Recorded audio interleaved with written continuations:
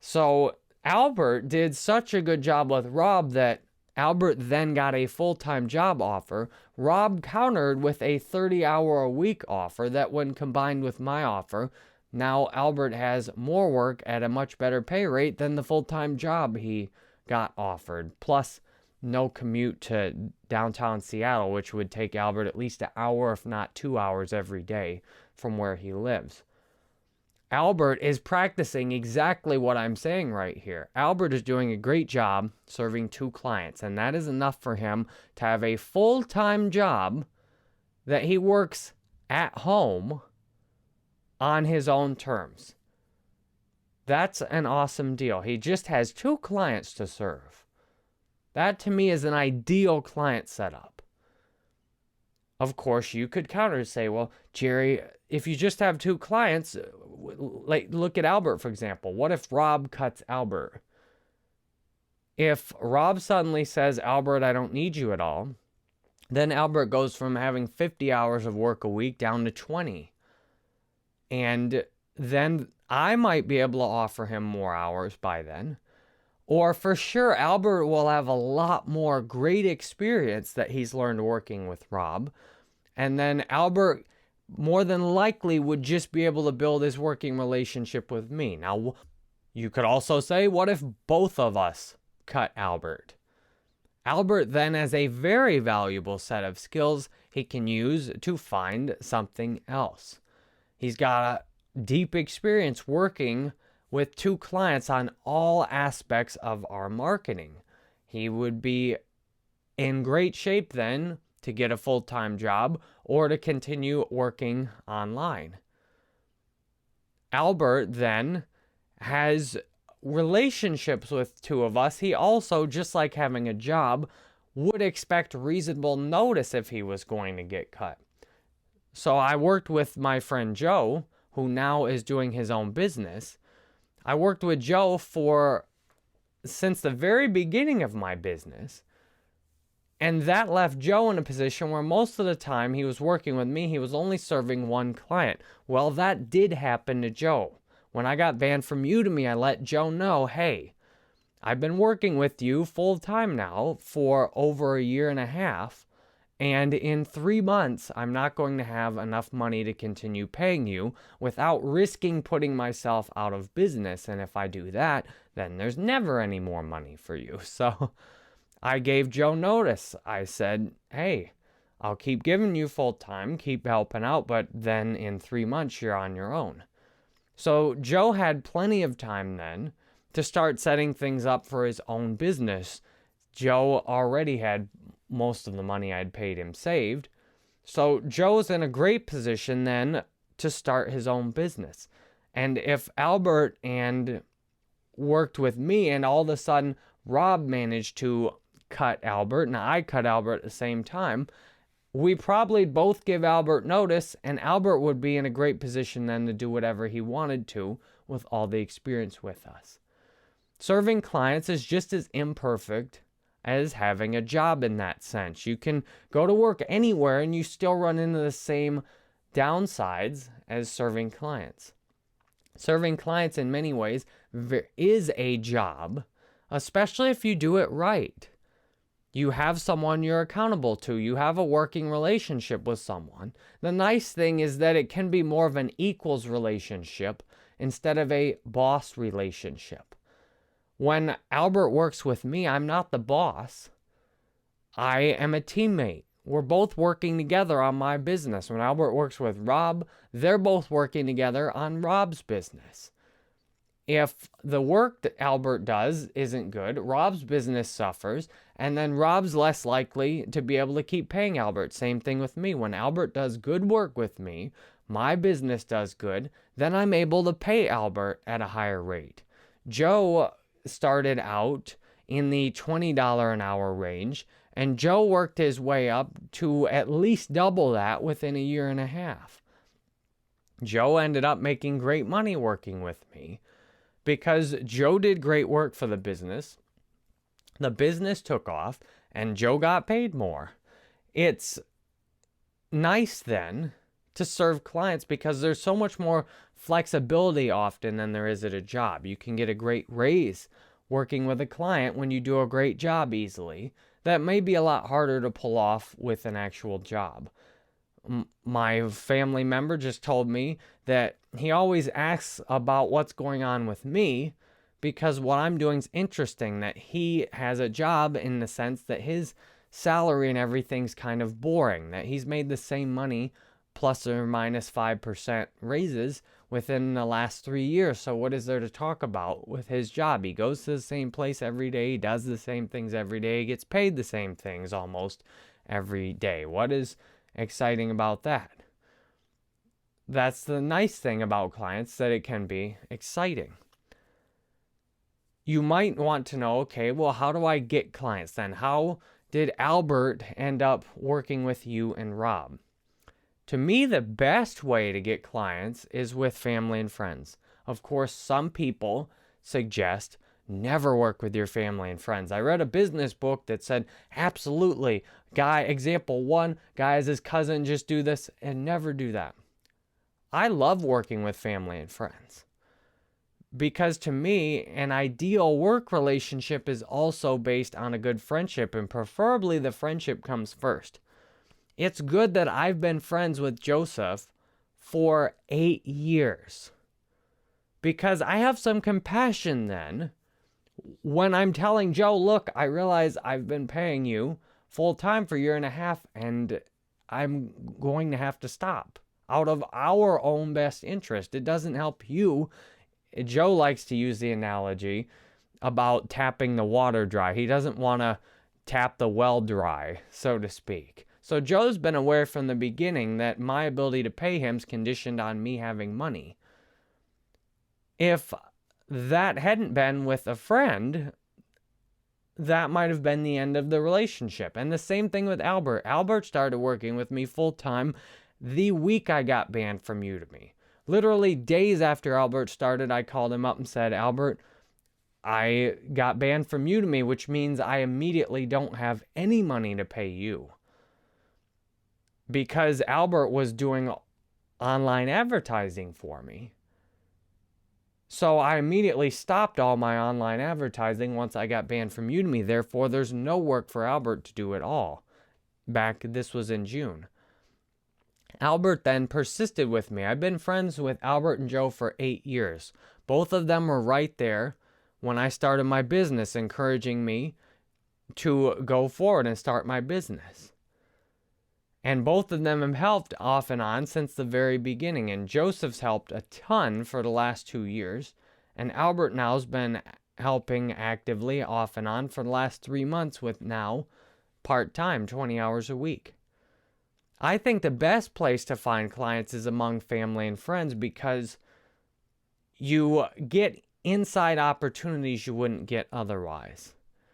And you get a love and understanding, assuming you have healthy relationships with your friends and family. You get an understanding and compassion you wouldn't likely get at a job. I haven't had a job, at least, where that element has been there as much. Now, I've had some nice jobs. I've had some good employers. I think it's nicer to work with family and friends. And that's just me. Because then it's more like you're on a team together instead of one person's the boss. To me, the best working relationships with clients, with anyone, it's like you're on a team. Albert gets excited about the sales numbers on my website because the more sales I have, the more I can pay Albert, the better job security he has, the higher pay rate he has. We're all a team in this together. Albert knows if I'm doing well, that'll go over and help him out too. Joe knows the better my business does. In fact, things have went so well with Joe, he's now able to make his own business. He has the tools working with me for 2 years full time and then working with me the whole time since I started my business. Joe has the expertise and tools to make his own business now. He's got mentored essentially along the way for 2 years. He's ready to do all the things he's seen me doing and put himself out there as the front man. Same thing, I ended up finding Ermin Kruponic on Upwork a couple years ago, actually just a year and a half ago. Ermin now has launched his own business. And that to me is the power of working with friends and family. And then you bring in people as needed from other places. Yes, most of my clients weren't friends and family. The clients I've stuck with, though, have become more like friends and family. I went and visited my top client over in South Korea. That was a long trip, and I paid for the whole thing. I just, after working together for years, I wanted to actually go meet the client who gave me the ability to build my business to the next level. If it was not for the exceptional work that client gave me, I would not have been able to build my Udemy teaching business. The reason I was able to build my Udemy teaching business is because my top client, those focus groups were such good work, they paid so well, that I could go knock a couple of those focus groups out a week, and then I dropped all the other clients I had except the second client that I mentioned before, and I refused to take any new clients, and I stuck to just teaching on Udemy. And that number one client gave me the chance to teach on Udemy. I wouldn't be here narrating this book with you if that number one client, who they got really good opportunities for their business, if they hadn't passed those on to me in lots of different ways, I wouldn't have been able to build my business. With clients, the idea is you're all building your businesses up together. You're all serving and helping each other. You make good working relationships. It's just like a healthy family in that sense. You take care of each other. You look out for each other. You trust and love and accept each other's mistakes. With my top client, I made an $8,000 booking error, as I have mentioned at some point in one of my books. And I didn't notice this for at least a month. And I think the client may have noticed it and waited to see if I would correct it. And then within a few weeks of me correcting it, the next year's contract was provided. And once I noticed it, it took a lot of integrity and honesty to report that, because it was an $8,000 error in my favor. Admitting that mistake meant the client had $8,000 more that they'd already paid for me to spend. So that meant I spent $8,000 more on my credit cards when I was already maxed out. That the client then, I went $8,000 farther in debt myself so that the client would be even. And then from next year's contract, that really good opportunity came that I was talking about to do the focus groups. If I hadn't admitted my mistake, they wouldn't have trusted me to go forward and do any more work.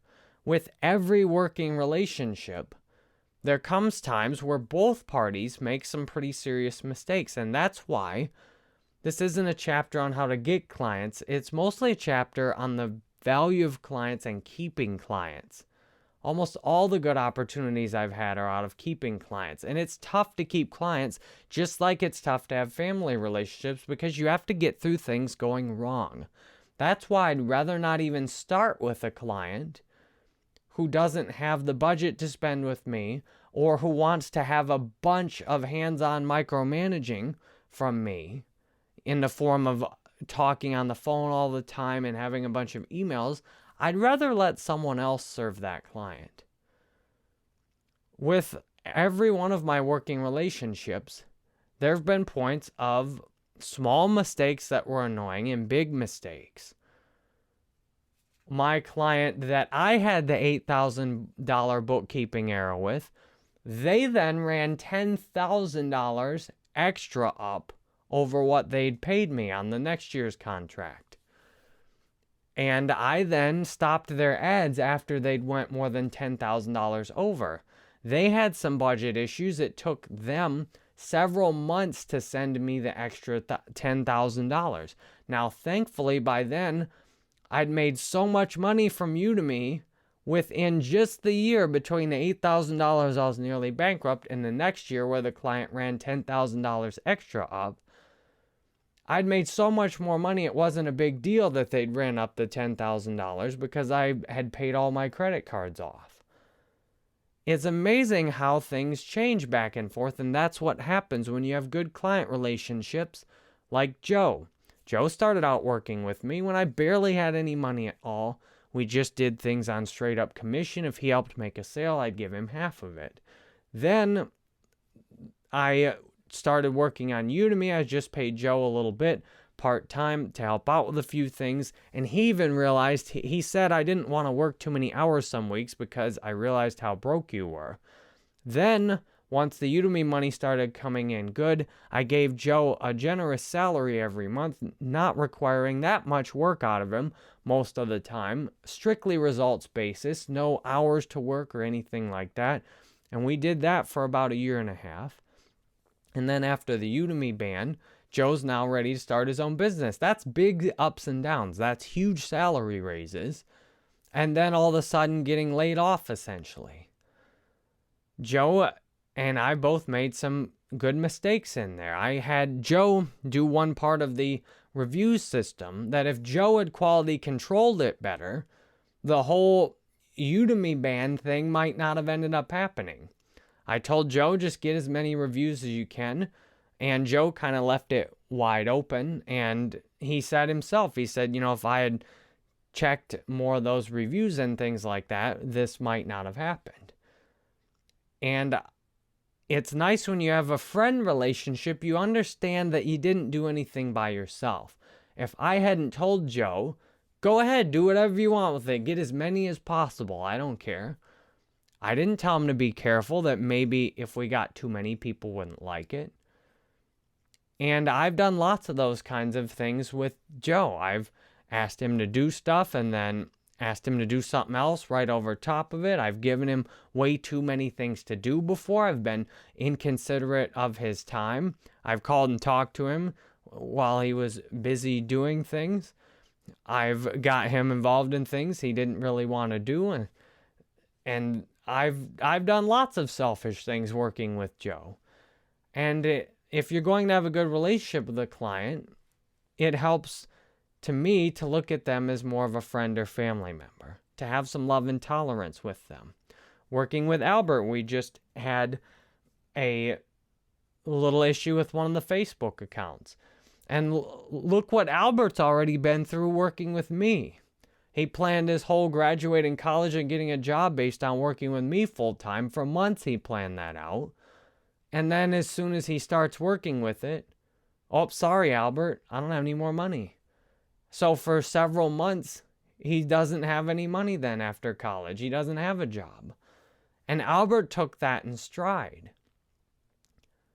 That, to me, is what makes a great client relationship. That is why Albert has a sweet work-at-home job now, and at the rate he's going, he will have the ability to do this indefinitely. Between working with me and Rob, he doesn't necessarily ever even need to get another client.